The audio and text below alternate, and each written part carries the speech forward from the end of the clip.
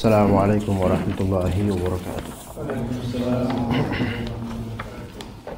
Innal hamdalillah nahmaduhu wa nasta'inuhu wa nastaghfiruh wa na'udzu billahi min shururi anfusina wa sayyiati a'malina.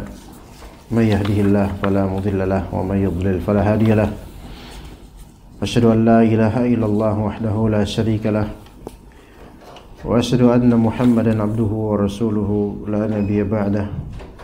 Allahumma alimna ma jahilna wanfa'na bima 'allamtana innaka antal alimul hakim.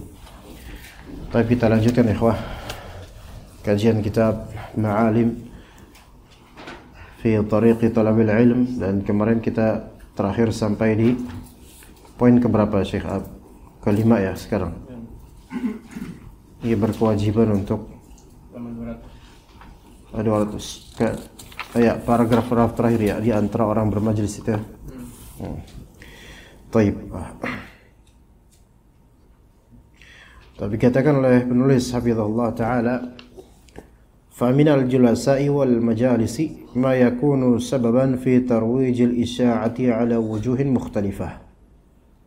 Di antara orang-orang yang bermajlis dan di antara tempat-tempat majlis ada yang menjadi sebab tarwijul isya'ah, sebab berkembangnya desas-desus dalam bentuk yang beraneka ragam. Bal qad yata'ammadu ba'duhum idfa'a naw'in min uslubil itharati fi sardil isya'ah. Bahkan sebagian mereka terkadang dengan sengaja memberikan beragam cara dalam rangka mencampur adukan desas-desus. Beragam cara. Atau diawali dengan menyinggung mukaddimahnya, menyinggung poin yang menjurus, lama-lama orang tertarik, atau ada yang to the point, menyebut langsung desas-desus itu. Ya, kadang di sesi tanya jawab, ya, kadang begitu. Yang kadang-kadang sebagian ustadz kemudian terjebak dengan pertanyaan. Ustadz tersebut nggak tahu tentang kabar yang tersiar. Tapi Ustaz hanya menjawab sesuai dengan apa yang ditanyakan. Dan jawaban tersebut terekam sesuai dengan setiran dari penanya. Maka akhirnya bertambah keruhlah perkara. Ya gitu, itu bisa. Kemudian wahuna yattasi'ul khiraq 'alal waqi'.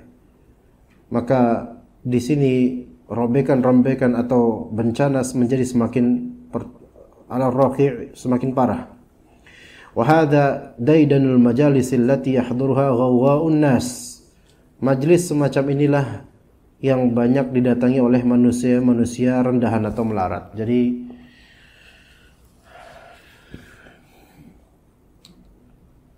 manusia ghawwa. Atau tahu laba-laba disebut gonggo karena dia ghawwa. Gonggo, bahasa dulu itu. Bahasa Jawa atau bahasa Betawi itu? Betawi. Gonggo. Laba-laba, gonggo. Iya, gonggo. Tadi gonggo. Itu laba-laba zaman dulu. Sekarang laba-laba, sekarang spider namanya. Kalau dulu gonggo. Awas gonggo. Nah, itu gonggo itu laba-laba. Dan kalau misalnya orang Jawa itu melihat orang yang kebingungan, kelabakan itu kalang kabut. Dan kalang kabut itu dari bahasa Arab. Seperti gonggo. Kalau kalang kabut dari kal'an kabut. Ka seperti al'an kabut. Laba-laba, kalang kabut. Ya, makanya laba-laba itu panikan. Ya, panikan. Gonggo, laba-laba itu panikan ketika ada sesuatu yang terasa di sarangnya. Antum gerakin aja sarangnya panik dia. Ini kalang kabut, kayak itu kalang kabut. Jadi kabur kemana-mana, jadi bingung, nggak tabayun dulu gitu loh. Ya, ghawwa'un nas itu orang yang mudah kalang kabut ketika ada kabar tersiar. Itu mudah sekali dia tanpa filter dia menyimak, dan tanpa filter dia menyebarkan dan bahkan memberikan ta'liq. Ya. Nah, di sini kita lihat orang-orang seperti ini disebut ghawwa'un nas, gonggonya manusia. Emang terjemahan di sini manusia rendahan, namun ini maksudnya adalah manusia-manusia yang nggak banyak mikir kalau ada sesuatu yang terjadi gitu loh. Ada isya'ah, ada kabar, ada goncangan sedikit itu bingung dan langsung lari kemana sana sini gitu, nggak mikir. Makanya ghawgha. Ghawgha ini bisa juga diistilahkan untuk orang-orang yang sukanya itu rusuh dan sukanya mengkonsumsi kabar-kabar yang negatif. Ya, ada beberapa kitab seperti kitabnya Syekh Shalih Al Fauzan, fatwa-fatwa beliau yang kitabnya judulnya Al-Ghawgha atau apa gitu, ada tidak ingat ya. Coba supaya diabsolutkan maklumat ini ya. Al-Ghawgha Syekh Shalih Al Fauzan, ana punya kitabnya, cuman ini sudah lama dan ini berkaitan dengan Khawarij sebenarnya. Ada kitab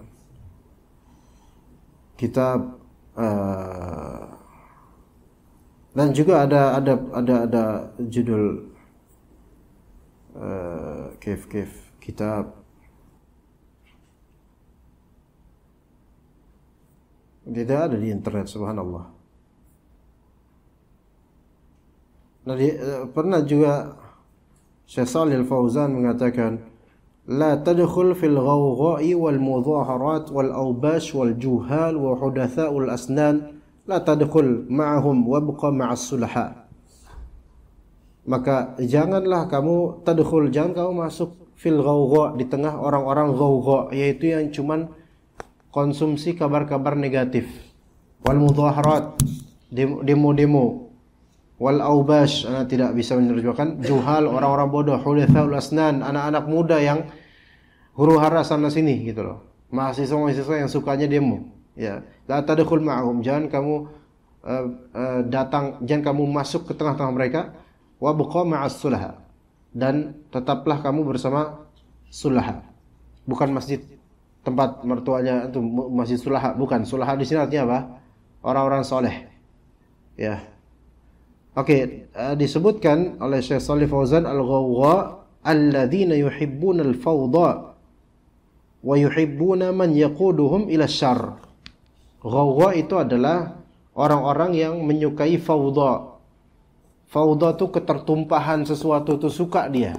Ada sensasi gitu loh. Jadi ada ribut dia suka, ada kabar miring dia suka tuh, itu yang dicari itu. Itu ghawgha namanya. Ya. Dan yuhibbuna man yaquduhum ila syarr. Suka ketika ada ketika ada yang menyetir mereka menuju ke keburukan, itu ghawgha. Ya, disebut juga ini ahlul ghawgha ya. Taib, jadi ghawghaun nas itu mereka suka sekali di majlis-majlis yang isinya itu isya'at, kabar-kabar miring. Nauzubillah min dzalik. Taib, kemudian wa ala talibil, dan kalau di media sosial ghawgha itu banyak. Banyak dari ikhwan kita berubah menjadi ghawgha ini. Ya, suka hal-hal yang miring gitu sebenarnya. Ya. Namun ada juga jenis ghawgha ikhwan-ikhwan ini yang manhajnya itu apa aja dipakai. Ya, serba kopas. Apa yang menjadi topik atau tren topik sekarang dari desas-desus, walaupun kaitannya dengan ustadz tertentu, syekh tertentu, manhaj tertentu, isu-isu tertentu yang lagi panas itu selalu mencari kopas-kopasan. Nah, ini ghawgha nih orang seperti ini. Dia cari kopas dari ustadz ini, dari beragam manhaj, beragam fikrah. Ya, semuanya masuk. Ini ghawgha. Ya, yang seperti ghawgha. Kalau kita lihat, para asatidz itu tahu kok kasus-kasus sebenarnya. Tahu kok masalah-masalah, tahu mereka. Dan melihat juga kadang-kadang di media sosial, tapi nggak banyak komentar. Kenapa? Menghindari diri untuk menjadi ghawgha ini. Ya. Karena permasalahan umat itu kalau kita lihat di dunia nyata, kok yang di dunia maya kok nggak ada di dunia nyata? Ya enggak? Peperangan yang ada di dunia maya, yang ada di Facebook, di internet, itu nggak antum dapetin di dunia nyata. Dan sementara para asatidz ini kebanyakan mereka lebih dominan hidup di dunia nyata gitu loh. Fenomena tahdzir memang ada, tetapi kalau kita lihat di media sosial itu lebih pekat dibandingkan di sini di dunia nyata. Maka di media sosial itu kita lihat itu begitu banyak dan beberapa akun itu majhul. Kalaupun ada benar kita kenal orangnya, kita nggak mengenal orang ini di majelis ilmu. Tapi kita kenal orang ini di mana? Di Facebook. Di majelis ilmu nggak pernah kelihatan, tapi kita tahu ini orangnya ada gitu. Orangnya kita kenal. Ini seperti ini, berbahaya. Mungkin orang ini nggak merasa dirinya berbahaya bagi sebagian dari ikhwan, tapi hakikatnya berbahaya. وعلى طالب العلم أن يوصي صاحب الإشاعة باستشارة أهل العلم في ترويج تلك الإشاعة. Bagi penuntut ilmu hendaknya mewasiatkan kepada pelaku desas-desus tersebut agar melakukan musyawarah dengan ahli ilmu terkait desas-desus yang mereka dengar. Jadi jangan langsung sebar begitu aja. Tanya dulu ahli ilmu, pertimbangkan apakah ini pantas untuk disebarkan. Yang rata-rata desas-desus apalagi tentang personal individu yang sifatnya itu tertutup, kabar itu, ya umumnya nggak boleh memang disiarkan, nggak boleh disiarkan. Kalaupun memang mau nasihati secara langsung ke orang yang ditentukan, orang yang disiarkan atau didengar kabarnya atau aibnya, bukan malah kemudian disemangati untuk udah sebarin aja, ini bahlul namanya, ya. Karena runtuhnya nanti bukan runtuh pribadinya aja, tapi juga apa yang dia bawa dari agama. Dan menjadi hujjah bagi orang-orang yang anti-Islam atau anti-dakwah. Maka fayara masyuratahum fi dhalika fala'allahum wa huwa al-ghalib yunabbihuna ila umurin ghafila anha aw yaraha rajihatan fatakuna marjuhatan ba'da dhalika aw al-aks. Kalau misalnya musyawarah dengan ahli ilmu terkait desas-desus ini, dia bisa melihat hasil musyawarah dengan ahli ilmu. Karena bisa saja dan biasanya seperti ini, bahwa ahli ilmu akan memperingatkan terhadap hal-hal yang sebelumnya dia lalai darinya. Karena ahli ilmu itu punya basirah yang lebih. Belum lagi punya pengalaman yang lebih dalam masalah-masalah desas-desus. Ahli ilmu itu punya pandangan yang lebih jauh dan lebih dalam. Sementara ahlul ghawwa atau orang yang pemuda-pemuda atau anak-anak seperti kita yang ya semangat-semangatnya itu kadang-kadang tumpul pikirannya, hanya mentok di sudut pandang yang sempit. Tapi ahli ilmu mereka bisa menjangkau yang lebih jauh karena keilmuan dan pengalaman mereka. Atau dia memandang suatu berita sebagai hal yang baik namun tidak menurut ahli ilmu. Bagi sebagian orang-orang yang baru kenal salaf, baru kenal manhaj salaf, itu kadang kabar ini baik ini kita sebarkan, tapi bagi ilmu jangan disebarkan. Ya, jangan dulu. Sebagaimana Mu'adz berkata kepada Nabi SAW tentang hak Allah atas hamba dan hak hamba atas Allah itu kan simple. Maka kata Mu'adz bin Jabal, ya Rasulullah, afala ubashir bihin nas? Apakah boleh saya beritakan kabar gembira tentang mudahnya hak Allah atas manusia dan hak manusia atas Allah? Apa boleh saya beritakan ke orang-orang? Maka kata Nabi SAW, la tubashirhum fayattakilu.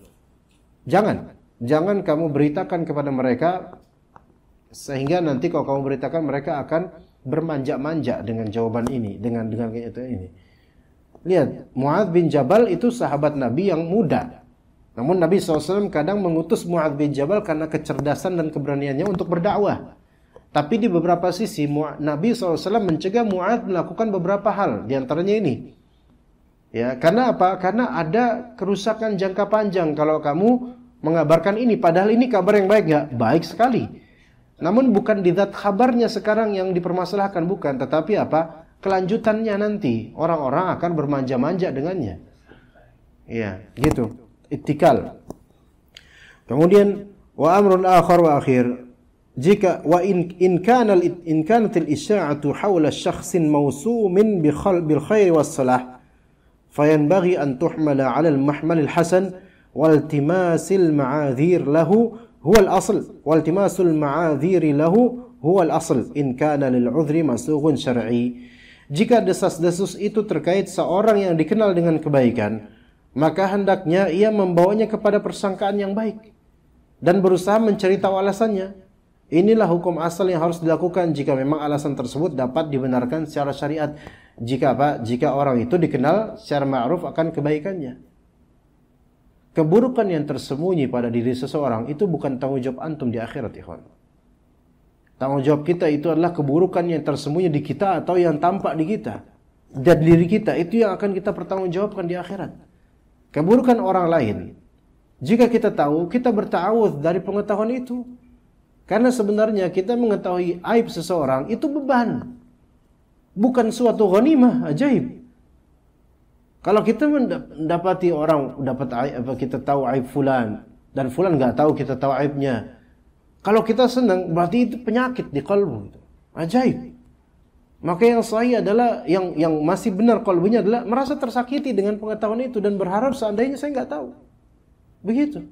Dan Allah seandainya kita nggak tahu dengan aib antum, itu membuat kita itu enak gitu kan dalam bermuamalah, dalam berakad, dalam ngobrol dan seterusnya enak. Tapi seandainya yang tadinya kita bersahabat baik, kemudian mengetahui aib tanpa dia mengetahui bahwa kita tahu aib dia, ya kita beban, dia nggak beban, ya nggak?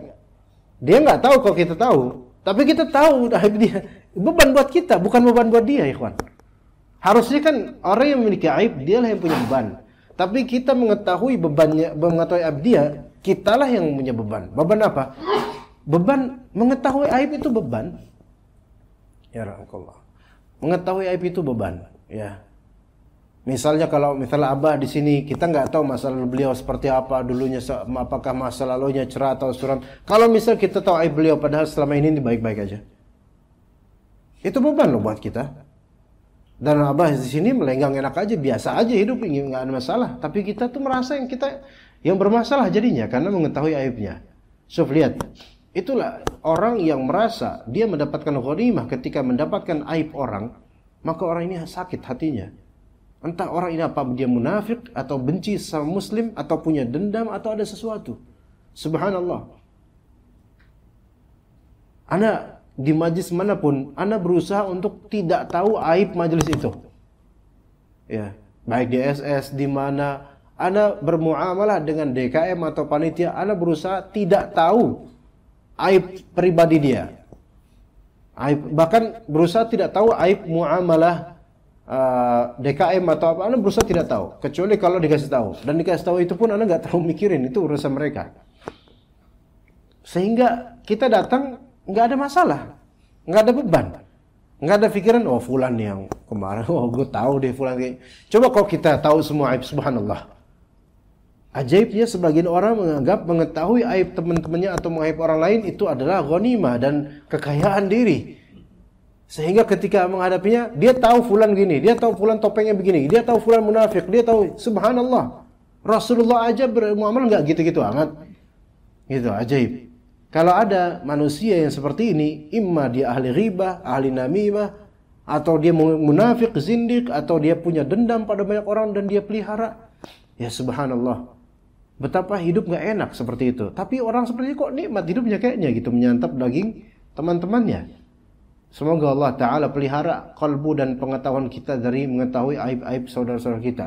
Sehingga kita itu bisa enak gitu ngobrol sama orang tuh enak tanpa ada beban di kalbu kita. Paling enak kan kayak gitu ya kan. Ngobrol sama fulan. Nggak lepas gitu aja karena nggak tahu aib dia. Seandainya tahu pun dilupakan. Ya, maksud dilupakan di sini nggak begitu dipertimbangkan. Dia mungkin punya, kita doakan aja supaya taubat atau supaya baik, dah gitu aja. Ya. Nggak menjadi landasan untuk kemudian kita berat untuk berucap dengan orang-orang ini, ya. Tapi kemudian fa in lam yakun fi dzalika ma yasughul mawqif fa alaihi an yusi naqil al-isya'ati bimunasahatin aw mukatabatil musya'anhu hatta yastaqima 'iwajuhu wa khalaluh. Namun jika hal itu yaitu pencarian uzur tidak dapat dibenarkan menurut syariat ini, orang enggak diberi uzur, maka hendaknya penuntut ilmu menasihati penukil atau penyebar desas-desus agar tolong kamu nasihatilah dia, atau tulislah surat kepada orang yang berkasus itu sehingga kesalahan dan keteledorannya bisa diperbaharui, maksudnya bisa diperbaiki. Gitu caranya. Intinya dari solusi semua ini nggak ada solusi pertama sebarin, nggak ada. Nggak ada solusi pertama sebarin. Mungkin kalau aib-aib semisal yang merugikan harta orang lain, ya misalnya hutang nggak pernah bayar atau apa, suka ngerampok atau investasi bodong dan semisalnya, itu merugikan banyak pihak dan sudah terbukti banyak pihak yang dirugikan, terbukti banyak pihak yang dirugikan, bukan hanya spekulasi ya. Karena kadang orang itu dengar satu aib fulan itu langsung spekulasi, pasti banyak ini korbannya. Belum tentu akhi, antum nggak tahu. Kalau emang terbukti betul-betul, antum sudah tabayun dan banyak buktinya, mungkin boleh diberikan warning ke beberapa pihak. Seperti orang-orang yang memungkinkan untuk ditipu olehnya. Bukan juga untuk disebarkan secara masif publik. Enggak gitu juga.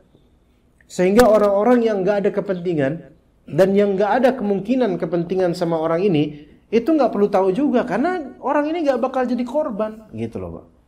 Ya. Misal di kalangan ikhwan ini ada satu atau dua ikhwan yang dia itu udah parah. Ustadz ditipu, beberapa orang kaya ditipu, kabarnya udah tersiar dan juga memang buktinya sudah banyak, yang komplain sudah banyak. Maka yang perlu kita berikan tanbih dan warning ya orang-orang kaya.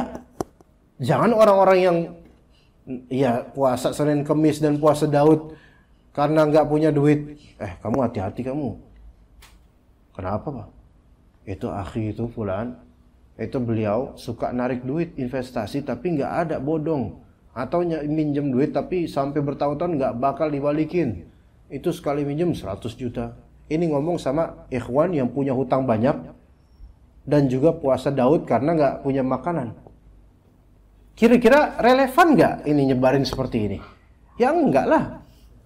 Mungkin relevan nyebarin ke orang kaya yang memang kemungkinan bakal didatengin sama orang ini, gitu. Ya, jadi nggak semua orang di media sosial kemudian mengumumkan hati-hati dengan fulan gini. Enggak. Apalagi kalau fulan ini ternyata dia juga orang yang dikenal oleh banyak orang sebagai orang yang baik. Jangan, udah. Siapa tahu dengan tidak disebarkannya, jangan, mungkin kita bilang ini buat efek jerak dia, ya akhi. Buat efek jerak, kalau berkaitan ini lapor aja misalnya ke polisi atau gimana, atau nasihatin dia langsung, atau ustadz berkaitan nasihatin dengan baik, siapa tahu dia berubah. Gitu aja dulu. Udah ada belum usaha seperti itu? Ada kok ikhwan di antara ikhwan kita tuh yang memang subhanallah hutangnya luar biasa dan tersebar di kalangan, mungkin antum-antum juga sebagian tahu siapa. Ya, tapi kita kalau nggak ada kepentingan sama orang ini udah nggak usah pikirin dah. Gitu ya. Baik, kita lanjut ke halaman berikutnya ya, ikhwan. Yang mana itu adalah inti dari salat, inti dari tema ini, dan karena Pak Ade datang maka mungkin mikrofon saya serahkan sekarang ke Pak Ade. Silakan Pak Ade. Gimana kabarnya Pak Ade? Alhamdulillah bekhair Pak Ade. Masya Allah, barakallahu fiik Pak Ade Karmawan. Sekarang tentang talibul ilmu wa qiyamul lail, penuntut ilmu dan salat malam. Dikatakan di sini oleh penulis hafizullah, akhi talibul ilm, wahai saudaraku sang penuntut ilmu. Innal mutasaffiha li tarajumi salafina salih la yu'jaba wa yudhasha mimma yaqra'u an ibadatihim wa muhafazatihim 'ala an-nawafil. Sungguh orang yang mendalami tentang biografi para pendahulu kita salafus saleh, niscaya dia akan merasa takjub dan terkejut, terdahsyatkan dari apa yang dibacanya tentang ibadah mereka dan penjagaan mereka terhadap nawafil, yaitu salat-salat sunnah. Nahika 'anil faraid, apalagi amalan yang wajib. Fa ahaduhum yaqumu awwal al-lail wa akharu yaqumu akhirah, wa thalithun yaqumu wasatah, wa rabi'un yajma'u baina atrafih. Salah seorang dari mereka salat di awal malam ada, yang lainnya ada yang salat di akhir malam ada juga yang di pertengahan malam ada juga yang memadukan antara keduanya di awal dan di akhir malam. Kullun ala qadri juhdihi wa taqatih. Kesemuanya sesuai dengan kadar kekuatan dan semangatnya. Lihat bagaimana para salafus saleh itu kalau misalnya mereka kehilangan waktu atau momentum untuk nafilah, salat sunnah saja mereka itu sampai menyesal, sangat menyesal gitu. Kehilangan salat berjamaah subuh telat itu sampai ada kalau nggak salah Al-A'mash atau siapa dari salafus saleh itu sampai kemudian seharian baca Quran demi menebus kesalahan yang diberi uzur. Ya. Oke, kata Syekh Abdul Razak hafizallah dalam kajian beliau belakangan ini, beliau mengkaji kitab beliau sendiri di Masjid Nawawi, salah satu kajian beliau di Masjid Nawawi sekarang, yaitu Ahadithul Qalb, hadis-hadis tentang hati, ya. Atau Ahadits Islahul Qalb. Ana teringat beliau mengatakan beberapa hari lalu, betapa ajaibnya ada orang saleh, dia kehilangan wiritan, maksudnya enggak sempat wirid yaumi, yaitu amalan sunnah yang dia lakukan sehari-hari. Sekali dia kehilangan akannya, itu yata'assaf wa ya'lam wa ta'allum. Misalnya ta'allum yaitu merasa gusar. Kayak misalnya dia lupa zikir pagi petang. Zikir pagi dia luput karena tadi ikut kajian atau apa. Itu merasa yata'allam, yaitu merasa gusar, kepikiran karena tadi nggak sempat zikir yang sunnah. Sebaliknya, betapa banyaknya orang yang meninggalkan kewajiban wala yata'allam, dan dia tidak merasa gusar sedikit pun. Gimana kontrasnya? Fulan nggak sempat melakukan amalan sunnah dan dia merasa gusar. Ya Allah tadi. Jadi kepikiran. Sehingga dia mengqadanya dengan amalan soleh lain gitu loh. Ada fulan yang lainnya, dari betapa banyaknya orang meninggalkan kewajiban, meninggalkan sholat, dan dia nggak kepikiran sama sekali. Ini berapa derajat ini? Jauh banget, kontras sekali. Ya. Ada kalinya fulan yang terbiasa sholat malam. Sekali nggak sholat malam, itu sangat sakit hatinya ketika di pagi hari. Dia bangun ternyata udah masuk subuh. Biasanya dia qiyamul lail. Ya. Namun ada fulan yang enggak sholat subuh bahkan. Keluar dari waktunya, bangun jam 7, mentang-mentang hari Ahad. Kemudian langsung lihat HP, lama balas-balas chattingan, kemudian nyari makanan, sarapan. Enggak ada kepikiran tentang tadi udah sholat subuh, enggak ada pikiran. KTP Islam, dikafirin enggak mau, masuk surga mau, didoain berkah mau banget. Tapi kayak gitu. Nggak ada merasa salah. Kemudian habis itu cuci muka, wudu enggak, cuci muka ya. Habis itu ke pasar malam yang ada di dekat rumahnya Syekh Muhammad Maritan, ke pasar pagi yang ada di dekat rumahnya Syekh Muhammad Maritan ini. Di mana tuh? Jati apa tuh? Jadi Makmur ya. Kan ada pasar pagi tuh dekat situ tuh, komplek TNI tuh. Enggak? Itu kan kalau Ahad pagi kan ramai banget tuh. Coba antum tanya satu-satu tuh orang, udah sholat subuh belum ente? Tanya aja. Ya, udah sholat subuh belum? Kenapa emangnya? Disinggung tuh mau Ustaz Hasan kemarin, gitu bilang. Ya, nanti Ahad depan antum ngomong gitu ke orang-orang itu. Ya, coba mereka atau melihat, anak kalau pulang kadang-kadang lewat situ kalau pulang Ahad pagi dari mana ya? Jadi Desang Cuari kalau nggak salah, karena lewat situ gitu kan rame tuh. Hah? Hankam apa tuh? Namanya itu? Iya betul. Ya komplek Hankam itu. Ini bukan ngomongin kompleknya, jangan dikasusin nanti kena itu TNI soalnya. Ya enggak, orang-orangnya itu rame. Ahad pagi itu kan pasar kaget gitu kan, jadi banyak gitu kan, macet sampai motor kadang nggak bisa lewat gitu karena banyaknya makhluk di situ. Ya. Nah coba kalau dari pagi itu kadang udah jam 6 atau jam 6 lewat itu orang-orang pada mulai nata kan dagangannya itu. Sebagian banget ya, sebagian muka itu apa? Itu masih mungkin kalau diteliti bereknya masih ada. Kebanyakan orang Oh gitu.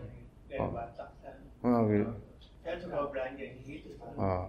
Nggak masuk ini nggak suara? Coba suara bapak masuk sini kan? Tidak. Iya iya. Ana soalnya dulu waktu di Lipia hari Ahad, Ana juga sebenarnya dagang di pasar-pasar seperti itu, tapi di Stek di Kalibata kok Ana dulu. Jadi Ana juga tahu tuh orang-orang kayak gitu dagang pagi-pagi itu, bahkan dari malamnya itu sudah standnya tuh udah disiapin dan nginep di situ. Laku nggak laku ya besoknya dagang dan sholat subuh di mana gitu loh. Gitu. Dan mereka nggak ada ngerasa bersalah gitu, nggak ada. Ya subhanallah. Ya mungkin yang di sini mungkin lebih soleh, mungkin nggak tahu dah. Mudah-mudahan. Ya. Jadi kita beda umumnya orang sekarang dengan bagaimana salafus saleh. Taib kata beliau hafizullah, wa kana hadzal hirsu wa ghairuhu ba'da aunillah mu'inan lahum ala fi'lil khairati wa tarkil munkarati wal muwadhabati ala ta'at. Semangat ini dan lainnya setelah pertolongan Allah yang dalam membantu mereka untuk melakukan kebaikan-kebaikan, ya. Semangat hirs untuk qiyamul lail setelah taufik dari Allah, semangat qiyamul lail itu dapat membantu mereka untuk fi'lul khairat, untuk melakukan kebaikan-kebaikan dan meninggalkan kemunkaran, wal muwadhabah 'ala ta'at, dan istiqamah terus-menerus dalam ketaatan itu. Qiyamul lail bisa berefek semangat pada seseorang untuk menjalani ketaatan. Lah iya, wong pagi-pagi sebelum sholat subuh antum sudah mendapatkan ghanimah berupa pahala yang besar kok dan keridhaan Allah. Doa-doa yang mustajab insyaallah. Ya, alhamdulillah. Itu kan membuat kita tuh semangat gitu loh. Kalau qiyamul lailnya benar, doanya khusyuk benar-benar, baca Qur'annya baik atau sedikit membaca kemudian kitab-kitab tazkiyatun nufus yang melembutkan hati, wah masyaallah itu nikmat banget. Nikmat banget. Kemudian habis itu salat subuh. Semangat salat subuhnya, alhamdulillah. Ya, beda banget dengan orang yang salat subuh telat. Itu beda banget. Walaupun ya bisa jadi kadang-kadang kita begitu karena kecapean. Tapi tentu asalnya harusnya seperti ini gitu loh. Ya, kemudian juga sababan fi ziyadatil barakati fil awqat, dan sebab bertambahnya keberkahan pada waktu mereka. Para ulama itu waktu mereka berkah karena waktu yang mereka dimanfaatkan untuk kebaikan, dan diantaranya qiyamul lail, salat malam ini atau witir dan semisalnya. Sebagian ulama bahkan mereka ada yang mengkhususkan malam itu untuk ta'lif, yaitu untuk menulis kitab, menulis karya mereka. Fokus di situ karena malam itu hening zaman itu ya. Kalau sekarang malam masya Allah banyak yang nggak hening, apalagi jati bening. Jatinya bening, malamnya nggak hening. Bahkan bor-boran mulai banyak sekarang, ya kan? Gitu. Iya, zaman ini subhanallah. Perasaan baru 2 bulan lalu, 3 bulan lalu selesai itu ditambal, ada lagi sekarang. Ajaib memang. Ya, itu minal gharaib. Termasuk hal-hal yang gharib yang ada di dunia ini zaman ini. Ya. Jadi kalau misalnya malam ada sebagian ulama mentaklif kitab karena masih bening gitu, hening gitu, enak gitu. Ada yang qiraatul Quran, membaca Al-Quran, qiyamul lail. Ya, sehingga siangnya itu dia enak gitu loh. Siang itu tenang kalbunya.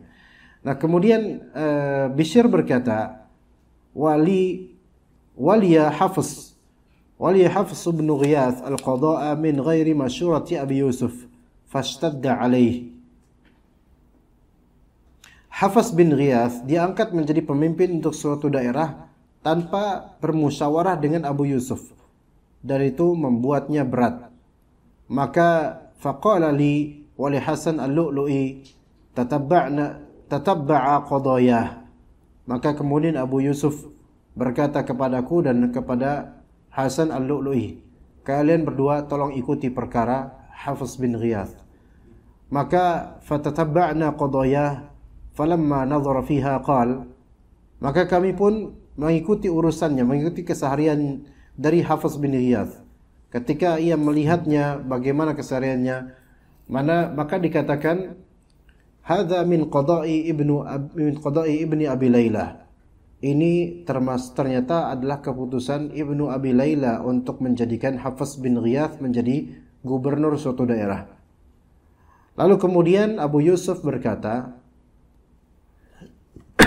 "Tatabba'u syuruta was-sijillat." Coba kalian lihat persyaratan-persyaratan dan dokumentasinya.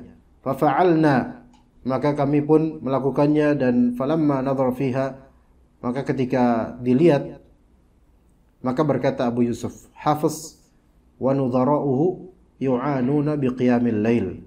Hafiz dan rekan-rekannya dibantu dengan salat malam. Faham enggak maksudnya, ikhwan? Hafiz bin Ghiyath. Ini udah azan belum, ikhwan? Bentar lagi. Hafiz bin Ghiyath ini kok tiba-tiba diangkat menjadi pemimpin untuk suatu daerah tanpa bermusyawarah dengan pemimpin yang lebih tinggi, yaitu Abu Yusuf. Kenapa begitu gitu loh. Maka kemudian Abu Yusuf merequest kepada ajudannya, coba perhatikan itu, kok bisa seperti itu? Ada apa? Kok bisa begitu? Kok bisa tiba-tiba Hafiz bin Ghiyath diangkat menjadi pemimpin? Ada apa? Ternyata itu keputusan Ibnu Abi Layla, salah satu ulama ahli hadis. Ya, kemudian coba lihat klausulnya dan lihat jejak rekam apa ya bahasanya, rekam jejak kehidupan sirah dari Hafiz bin Ghiyath.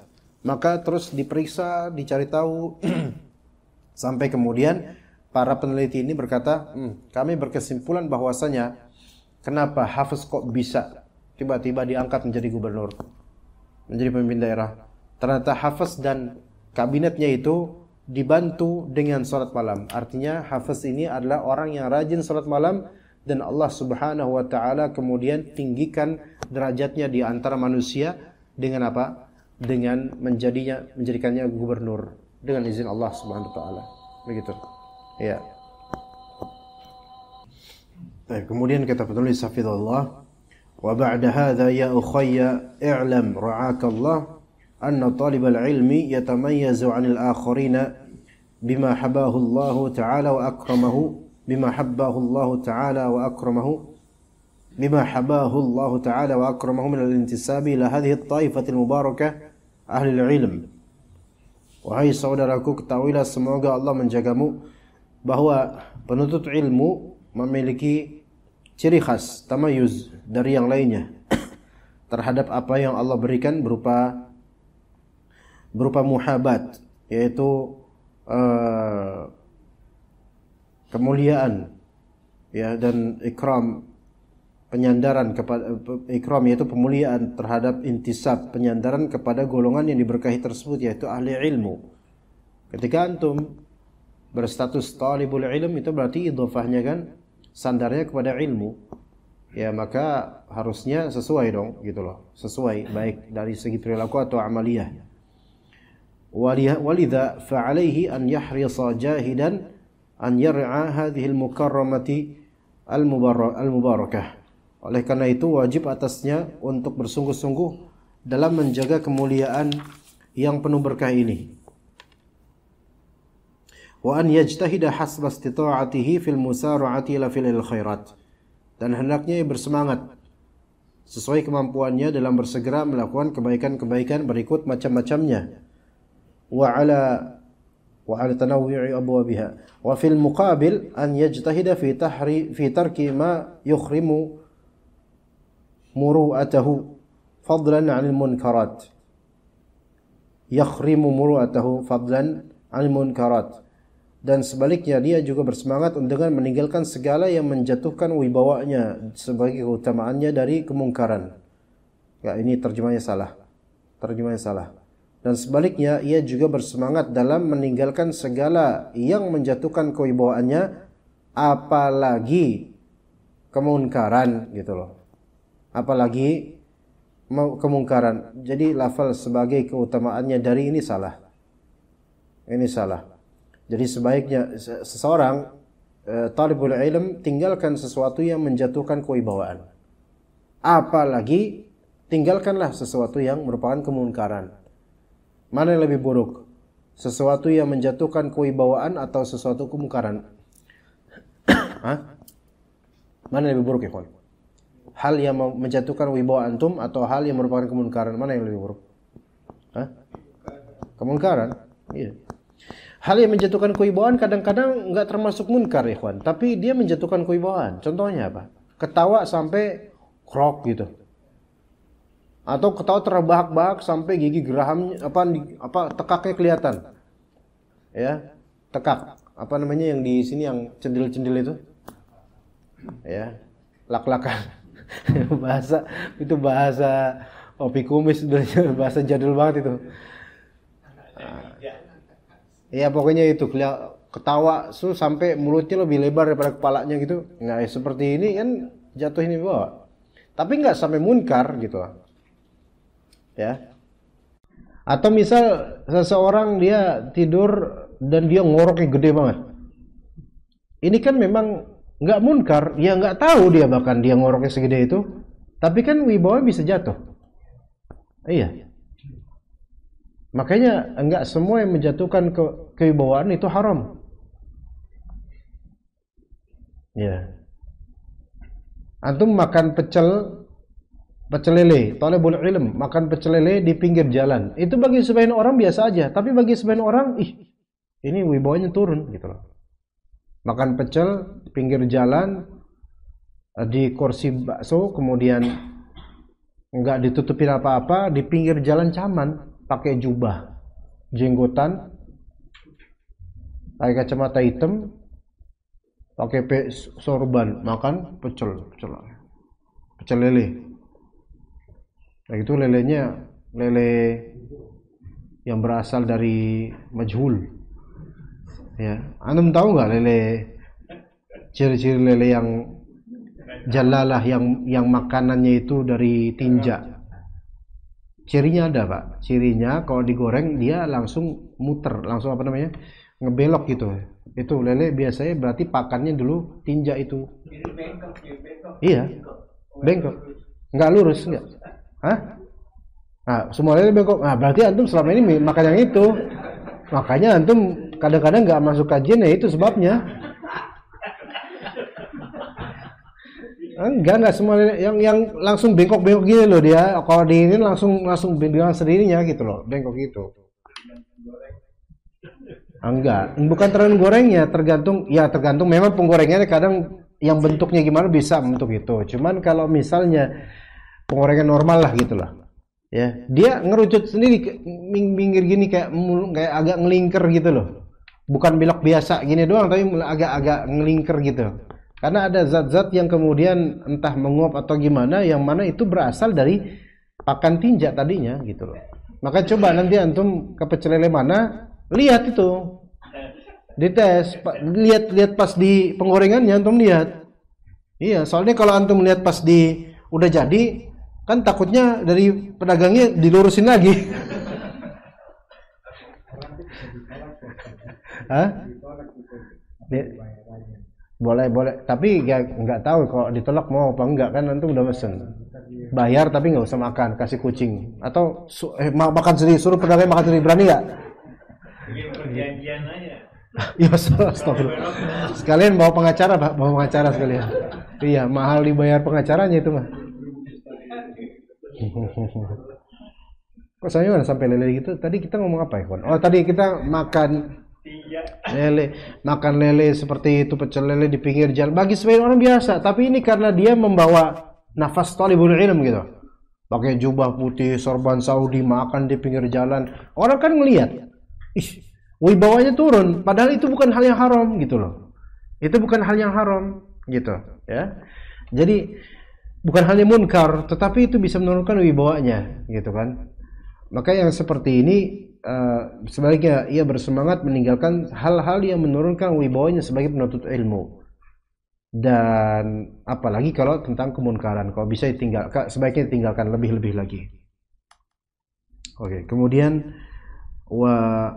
wa'udan ala bad'in yuqal. Ini paragraf terakhir saja, setelah ini kita langsung sholat aja. Kembali ke permasalahan awal. Innahu la budda min tamayyuzi talibil ilm bil khuluqi wal fadli was samt. Dikatakan bahwa sudah seharusnya penuntut ilmu memiliki ciri khas dengan akhlak yang baik, keutamaan, dan samt, budi pekerti. Samt itu yaitu ya kebaikan sikap. tidak responsif, enggak banyak ngomong sembarangan, itu samt. Wal hirsi ala anwa'il ibadah. Dan di antara khasnya adalah semangat ta'ala awalan ibadah. Kullu dzalika ibtigha' mardatillahi ta'ala awalan. Hal itu, ya semangat seperti itu tujuan awalnya untuk mencari ridha Allah dulu. Ya. Tsumma liyuzakki ma atahu Allahu minal ilmi wad din. Kemudian tujuannya juga untuk menyucikan apa yang telah Allah anugerahkan dari ilmu dan agama. Liyakuna qudwatan salihatan liman ra'ahu aw sami'ahu aw jalasahu, supaya dia menjadi qudwah yang saleh, qudwah yang baik bagi orang yang teladan yang baik bagi orang yang melihat, mendengar dan bermajlis dengannya. Dan kita jangan sampai kita itu mempesonakan akhlak yang baik dan seterusnya hanya untuk dilihat orang.